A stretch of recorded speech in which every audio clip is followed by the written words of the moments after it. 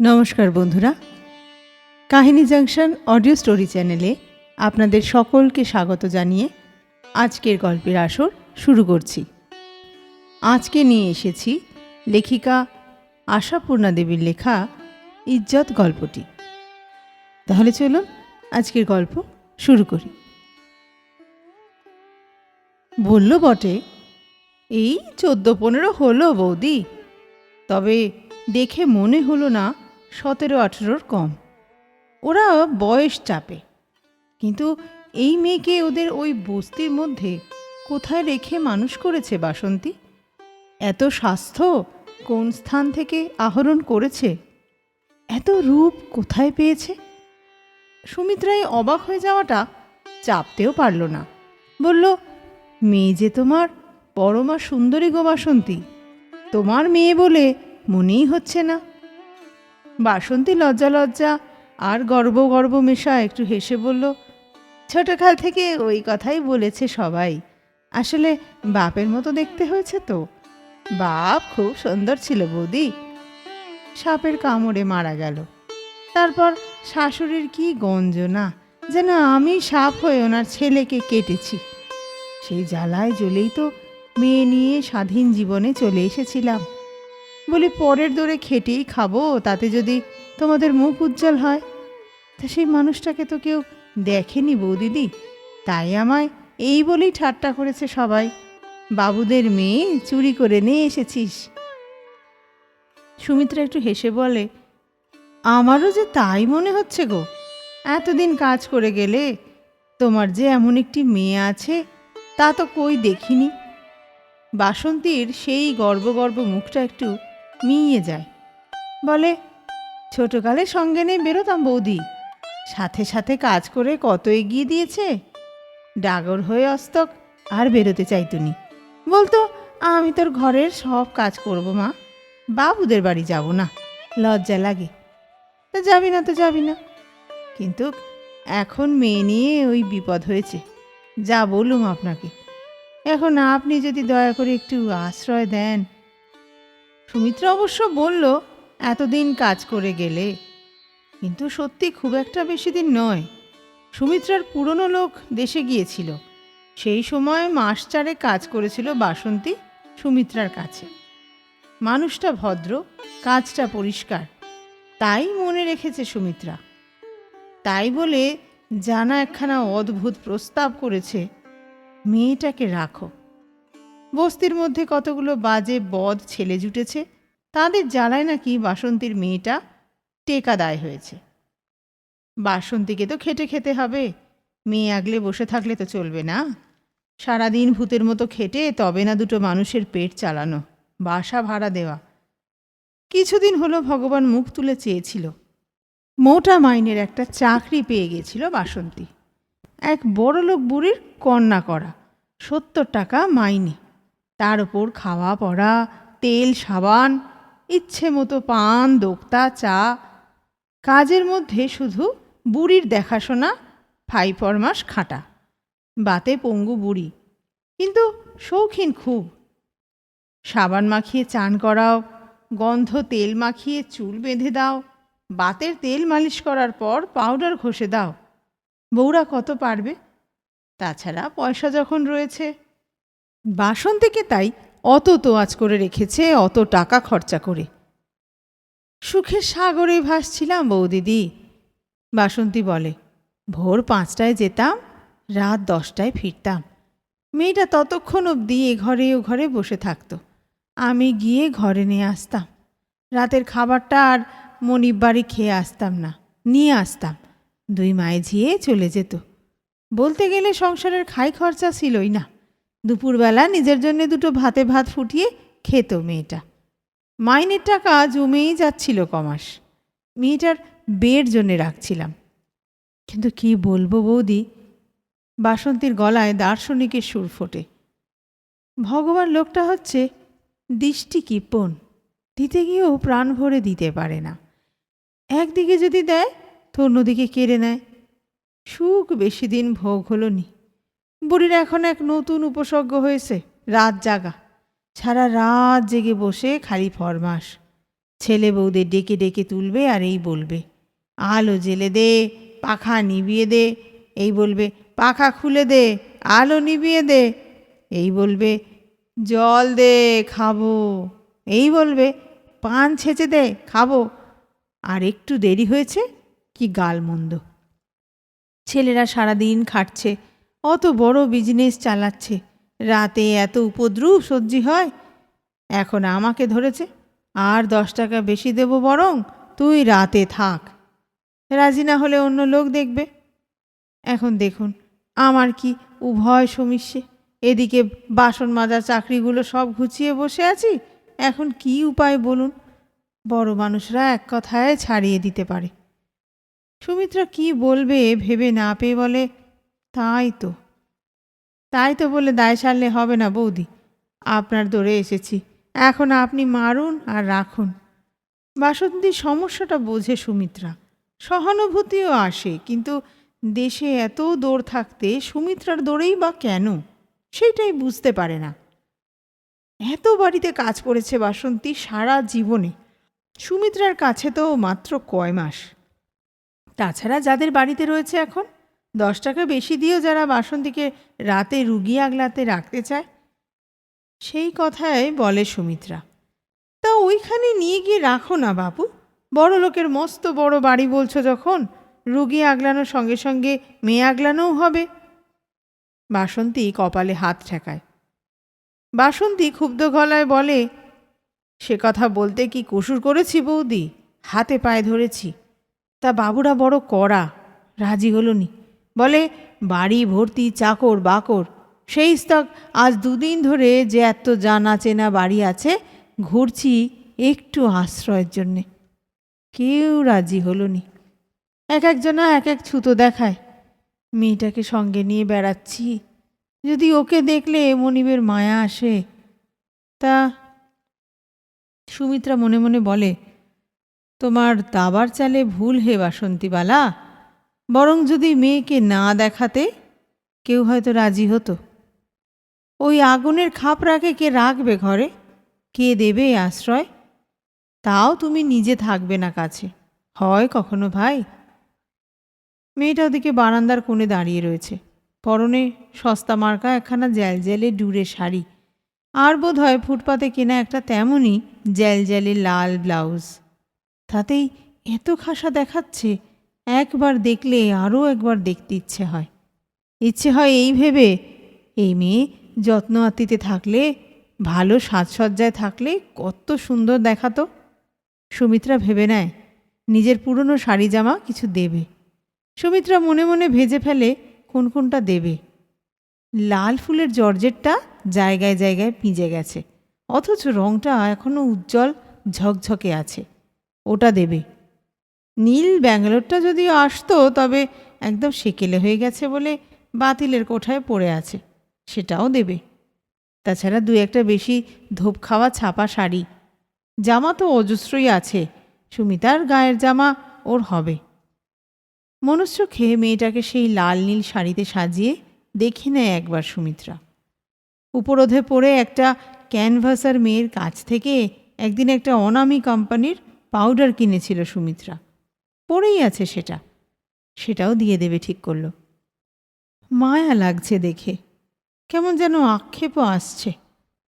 আহা, এমন মেয়েটা ঝিয়ের মেয়ে হয়ে বস্তিতে পড়ে আছে, কিছু উপহার দিয়ে যেন আক্ষেপটা মেটানো। বাসন্তী বলেছিল, বাঘের গুহায় বাস করছি বৌদিদি, সাপের গর্তয় কাটাচ্ছি, মেয়ের ওই রূপই কাল। সুমিত্রা ওকে সেই সাপ বাঘের হাত থেকে রক্ষা করবার কোনো উপায় আবিষ্কার করতে পারছে না, অথচ সেই কাল রূপটাই যাতে বাড়ে তার তাল করছে। মজা এই, সুমিত্রা নিজের বুদ্ধির এই অসঙ্গতিটা ধরতে পারছে না। সুমিত্রাকে একটু চুপ করে থাকতে দেখে বাসন্তী বোধ করি ভেবে নেয়, মৌনং সম্মতি লক্ষণম, ওদের ভাষায় নিমরাজি। তাই বাসন্তী ব্যগ্রভাবে বলে, তাহলে আজ থেকে রেখে যাই বৌদিদি, আপনাদের এঁটো কাটা দুটো খাবে, যতটা পারবে খাটবে। রান্নাঘরে যদি ঢুকতে দেন তাহলে আপনার রান্না বান্না সবই করে দিতে পারবে, ঘরের কাজও যা বলেন। সুমিত্রা অন্যমনা হয়ে যায়। সুমিত্রা আস্তে বলে, কাজের জন্যে কিছু না, কাজের লোক তো রয়েছে আমার, দুটো মানুষের রান্নাই বা কত। তবে ভাবছি তোমার দাদাবাবুকে না জিজ্ঞেস করে। বাসন্তী বোঝে মনটা নরম হয়েছে। বাসন্তী এই সুযোগে ব্যস্ত গলায় বলে, দাদাবাবুকে আবার জিজ্ঞেস করা করে কি বৌদি? আপনিও যা, দাদাবাবুও তাই। ঘরে সংসারে আপনিই রাজা। আপনার বাড়িতে বামুন চাকর নেই, শুধু মেয়ে লোক। তাতেই আপনাকে ধরছি বৌদি, আপনি আর না করবেন না। আজ না হোক কাল দে যাব জামা কাপড় সমেত। জয়ী, আয়, মামিমাকে পেন নাম কর। এইখানেই থাকবি, মামিমার হাতে হাতে মুখে মুখে করবি। যাদিন না বে হয়ে শ্বশুরঘর যাচ্ছিস, এই মামার বাড়িতেই তোর স্থিতি। সুমিত্রা তবু ইতস্তত করে বলে, কিন্তু আমি বলছিলাম, মন টিকবে কি না টিকবে। আর কিন্তুর কিছু নেই বৌদিদি। বাসন্তী আবেগের গলায় বলে, আপনার মতন মানুষের কাছে মন টিকবে না? কি যে বলেন! অহরহ জমের মুখে থাকতে থাকতে মেয়েটা যেন সিটিয়ে সিটিয়েই কাঠ হয়ে গেছে। ছোড়া হারামজাদারা দেখ তো না দেখ, ওকে শুনিয়ে শুনিয়ে শীষ দেবে, অসভ্য অসভ্য গান গাইবে, অঙ্গভঙ্গি করবে, টিপ কলে যেতে আসতে ইচ্ছে করে গায়ে ধাক্কা দিয়ে যাবে। আরও যা জ্বালা, সে কথা মুখে আনাও পাপ। বাসন্তী গলাটা খাটো করে সেই পাপ কথাটাই মুখে আনে। সুমিত্রার মুখটা সাদাটে দেখায়। বাসন্তী চোখে আঁচলটা চেপে বলে, সাধে কি আপনাকে উপরোধ করছি বৌদি? গরিব হই, বাসন মেজে খাই, তবু মেয়ে ছেলের একটা ইজ্জত আছে তো। আপনারা লেখাপড়া জানা মানুষ, বোঝেন সব। ওর সেই ইজ্জতটা রক্ষের দায় আপনার। সুমিত্রার বুকের ভিতরটা কেমন যেন ধক ধক করে ওঠে। ওই সুন্দর মেয়েটাকে বাঘে খেতে আসছে। সুমিত্রা একটু ইচ্ছে করলেই তা থেকে বাঁচাতে পারে। মেয়েটার মাথার ওপর ফনা তোলা সাপ ফোঁসফোঁসাচ্ছে। সুমিত্রা একটু দয়া করলেই তা থেকে রক্ষা পাবে। সুমিত্রা সেটুকু করবে না? সত্যি, সুমিত্রার কি এমন অসুবিধে যদি একটা গরিব মেয়ে তার বাড়ির এক কোণে আশ্রয় পায়? একটা ব্যাকুল মাতৃ হৃদয় তার উৎপীড়িতা যুবতী মেয়ের ইজ্জত রক্ষার দায়টি ন্যস্ত করতে চাইছে সুমিত্রার কাছে। সুমিত্রা সেই দায় অস্বীকার করবে? আবেদন জানাচ্ছে সুমিত্রার মানবিকতার দরজায়। সুমিত্রা সে দরজা বন্ধ করে রেখে দেবে? সুমিত্রা বলবে, তোমার মেয়ের ইজ্জত রক্ষার দায় আমার ওপর চাপাতে এসেছ কেন বাপ? তুমি বোঝোগে? সুমিত্রা তা বলতে পারবে না। সুমিত্রা যা বলতে পারল তাই বলল। বাসন্তী আহ্লাদে কেঁদে ফেলল। এরপর আর বাসন্তীকে রোখা সম্ভব হলো না। বাসন্তী বৌদিদির পা না জড়িয়ে ছাড়ল না। সেই হাত মাথায় মুখে বুলিয়ে বাসন্তী বলে, জানতাম আপনার দয়া হবে। আপনি যে সাক্ষাৎ ভগবতী। একে একে কম বাড়িতে তো যায়নি, কেউ কথাটাই শুনতে চায় না কান পেতে। তারপর সসংকোচে বলে, তবে বৌদি এখন রেখে যাই, মুনিব বাড়িতে বলে আসি, রাতে এসে নিয়ে যাব। আজকে রাতটা মায়ে ঝিয়ে একত্তর থাকব, সকালে ওর জামাটা কাপড়টা সঙ্গে করে দিয়ে যাব। আচ্ছা। সুমিত্রা মনে মনে ভাবে, কাপড় জামার অভাব আমি রাখবো না তোর মেয়ের। সুমিত্রা তারপর আলমারি খুলে পুরনো শাড়ি জামা বাছতে বসে। এরপর মেয়ে দেখতে এসে চমকে যাবে বাসন্তী। মেয়েটা রূপসী নয়, মুখের চেহারায় বেশ একটা ভদ্র মার্জিত শ্রী। একে সুমিত্রা নতুন জীবন দেবে। সুমিত্রা ওকে লেখাপড়া শেখাবে। সুমিত্রা নিজের ওজন না বুঝেই ভাবতে বসল। কিন্তু মহিতোষ তো আর সুমিত্রার ওজন সম্পর্কেও অনবহিত নয়। তাই মহিতোষ তীব্র প্রতিবাদে বলে ওঠে, কথা দিয়ে ফেললে মানে? একবার জিজ্ঞেস করার দরকারও মনে করলে না?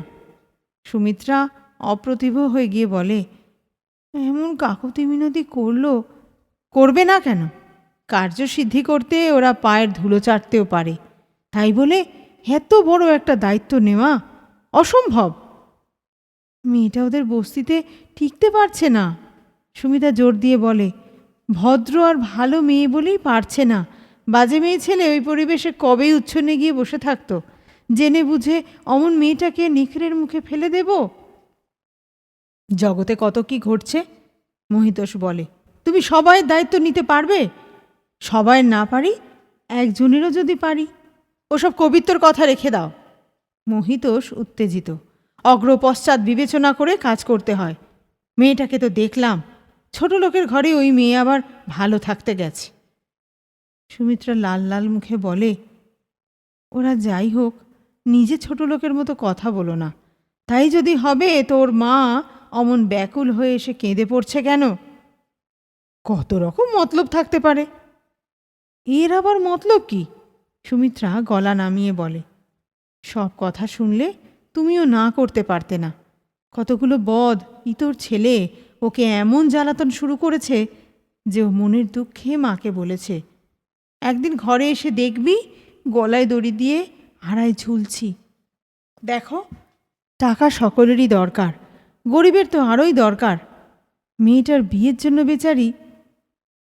মহিতোষ তাচ্ছিল্য ভরে বলে, বাসন মাজা ঝিয়ের মেয়ের বিয়েতে 1,000 টাকা লাগবে? সুমিত্রা আহত হয়। সুমিত্রা মহিতোষের গরিবের প্রতি এই তাচ্ছিল্য একেবারে সইতে পারে না। সুমিত্রা কঠিন হয়, বলে, সে কথা থাক, তবে মেয়ে আগলে বসে থাকলেই কি আগলে রাখতে পারবে ও? কতটুকু ক্ষমতা ওর? হয়তো ওর পাশ থেকেই ছিনিয়ে নিয়ে যাবে। মহিতোষের ভঙ্গিতে তবু অবজ্ঞা। মহিতোষ সেই অবজ্ঞার গলাতেই বলে, বৌদিদির মন ভেজানোর জন্য অনেক কথাই বলে গেছে দেখছি। ওদের কথা বাদ দাও, ওরা অনেক গল্প বানাতে পারে। ওইসব কথা বলে মেয়েটিকে তোমার কাছে গুছিয়ে দিয়ে তারপর যদি পুলিশ ডেকে এনে বলে বাবুরা আমার মেয়ে আটকে রেখেছে। সুমিত্রা বসে পড়ে বলে, দেখছি গল্প বানাবার ক্ষমতা শুধু একা ওদেরই নেই, এটাও তোমার মাথায় এলো তো? আসবে না কেন? তোমার মতন তো চোখে ঠুলি এঁটে পৃথিবীতে ঘুরি না। কলকাতা শহরে কত রকমের বদমাইশি, কত রকমের জোচ্চুরি আছে জানো তা? এই রকম কত কেস হচ্ছে দৈনিক, খবর রাখো। তখন দেখবে ওই মেয়েই তোমার ভদ্রতার মুখোশ খুলে ফেলে বলবে, হ্যাঁ, বাবুরা কাজ করাতে এনে জবরদস্তি ধরে রেখেছে, চাই কি আমার নামেও একটা কেলেঙ্কারির কেস ঠুকে দিতে পারে। তাতে ওর লাভ? পাথরের মতো গলা সুমিত্রার। মহিতোষ ব্যঙ্গ হাসি হেসে ওঠে। মনে হচ্ছে তুমি যেন এইমাত্র পৃথিবীতে পড়লে। লাভ কি জানো না? কান মুচড়ে টাকা আদায় করা। যেসব বদগুন্ডা ছেলেদের কথা বলছে তারাই হয়তো ওর সহায়। বাড়ি চড়াও হয়ে এসে নোংরা গালাগাল দেবে, হল্লা করবে। না না, অসম্ভব, পত্র পাঠ বিদায় দিয়ে দাও। ওই যে বললে রাত্রিরে নিতে আসবে নাকি, তখনই বলবে, না বাপু, দাদাবাবু রাজি হলো না। সুমিত্রা স্থির চোখে চেয়ে বলে, তার মানে ওই বাসন মাজা ঝিটার কাছে স্বীকার করতে হবে এ সংসারে আমার কোনো ক্ষমতা নেই। মহিতোষ এ অভিযোগের কোনো গুরুত্ব দেয় না। মহিতোষ অবহেলায় বলে, ওহ, ভারী একখানা লোকের কাছে তোমার মানটা খাটো হবে। কবিত্ব রেখে একটু প্র্যাকটিক্যাল হতে চেষ্টা করো দেখি। ধরো ওই সব হলো, কি করবে তখন তুমি? আর ধরো এসব কিছু হলো না, ধরো দৈবক্রমে ওই বাসন মাজা ঝিটা সত্যি কথাই বলছে, তা সে ওর মেয়ের কথা ও বুঝবে, বস্তির সবাইকে বলে রাখুক না। তাহলে স্বীকার করছো বস্তির সবাইকে বললে তারা ওর মেয়ের ইজ্জত রক্ষার দায়িত্বটা নেবে? মহিতোষ সোৎসাহে বলে, তা নেবে না কেন? সবাই তো আর খারাপ নয়। অনেক গেরস্থ লোক আছে, ছেলে মেয়ে নিয়ে সংসার করে, তারা সবাই একজোট হলে ছোড়াগুলোকে ঢিট করতে কতক্ষণ? তার মানে তুমি বিশ্বাস করো ওই বস্তির লোকগুলোর মধ্যে তোমার থেকে অন্তত বেশি মনুষ্যত্ব আছে, ক্ষমতাও বেশি আছে? বলো, বলে নাও যা খুশি। মহিতোষ বলে, তা হলেও তোমার ওই বাসন্তী বালার রূপসী কন্যাটিকে আশ্রয় দেওয়ার ব্যাপারে রাজি নই আমি। এসব জাল জোচ্চুরি না হলেও ওই মেয়ে ঘরে বসেই কেলেঙ্কারি ঘটাতে পারবে। সুমিত্রা ঠোঁটের কণায় একটু বাঁকা হাসি ফুটে ওঠে। কার সঙ্গে? চাকর বাকর তো নেই বাড়িতে। মহিতোষ হ্যাঁ হ্যাঁ করে হেসে ওঠে, তা মনিবের সঙ্গে হতে পারে। যা মুন্ডু ঘুরিয়ে দেওয়ার চেহারা! সুমিত্রা ঠোঁটের কোণায় সে বঙ্কিম রেখাটা মিলয় না। সুমিত্রা বলে, তাহলে তো আরই রাখতে হয়, সোনা কি পেতল যাচাই হয়ে যায়। মহিতোষ অবশ্য ঠাট্টা করেই বলেছিল। এবার মহিতোষ রেগে ওঠে, বলে, আজে বাজে কথা ছাড়ো। ওর মা এলে সাফ কথা বলে দিও, ওসব আশ্রয় টাশ্রয় হবে না। বলাটার ভার তুমিই নাও। আমি আমি কি জন্যে? আমি তোমার ওই ঝিটির সঙ্গে কথা বলি নাকি? যা বলবার তুমিই বলে দেবে। আমি পারবো না, আমি ওকে কথা দিয়েছি। ওজন না বুঝে কথা দিলে একটু অসুবিধায় তো পড়তেই হবে। মহিতোষ ক্রুদ্ধ গলায় বলে, একটা ঝি এসে ভুজুং ভাজুং দিয়ে তোমার কাছে কি এক কথা আদায় করে নিয়ে গেছে, সেই কথা রাখার আবার এত দায়িত্ব? ঠিক আছে, তুমি না পারো, আমি বলে দেব। তা বলেই দেয় মহিতোষ। ঘরের মধ্য থেকে শুনতে পায় সুমিত্রা, শুনতে পায় বাসন্তী কাঁদো কাঁদো গলায় বলছে, বৌদিদিকে একবার ডেকে দিন না দাদাবাবু, তেনার সঙ্গে আমার কথা হয়ে গেল, আমি বড় মুখ করে ও বাড়িতে বলে এলাম। মহিতোষের গলা শোনা গেল, বৌদির মাথা ধরেছে, শুয়ে আছেন। তা আমি একবার দোরগোড়ায় যাই না দাদাবাবু, বলে আশা দিয়ে আশাভঙ্গ করবে না বৌদি? না না, ওকে ব্যস্ত করা যাবে না, শরীর বেশি খারাপ, মাথা তুলতে পারছে না। আরও কিছুটা কাঁদল বাসন্তী। শেষ অবধি ধমক খেল একটা, আর সেই মুহূর্তেই একটা জ্বালা ভরা কণ্ঠ শুনতে পেল সুমিত্রা। থাক থাক মা, চলে আয়, আর বৌদিদি বৌদিদি করে কাঁদতে হবে না, কার কত মুরদ বোঝা গেছে।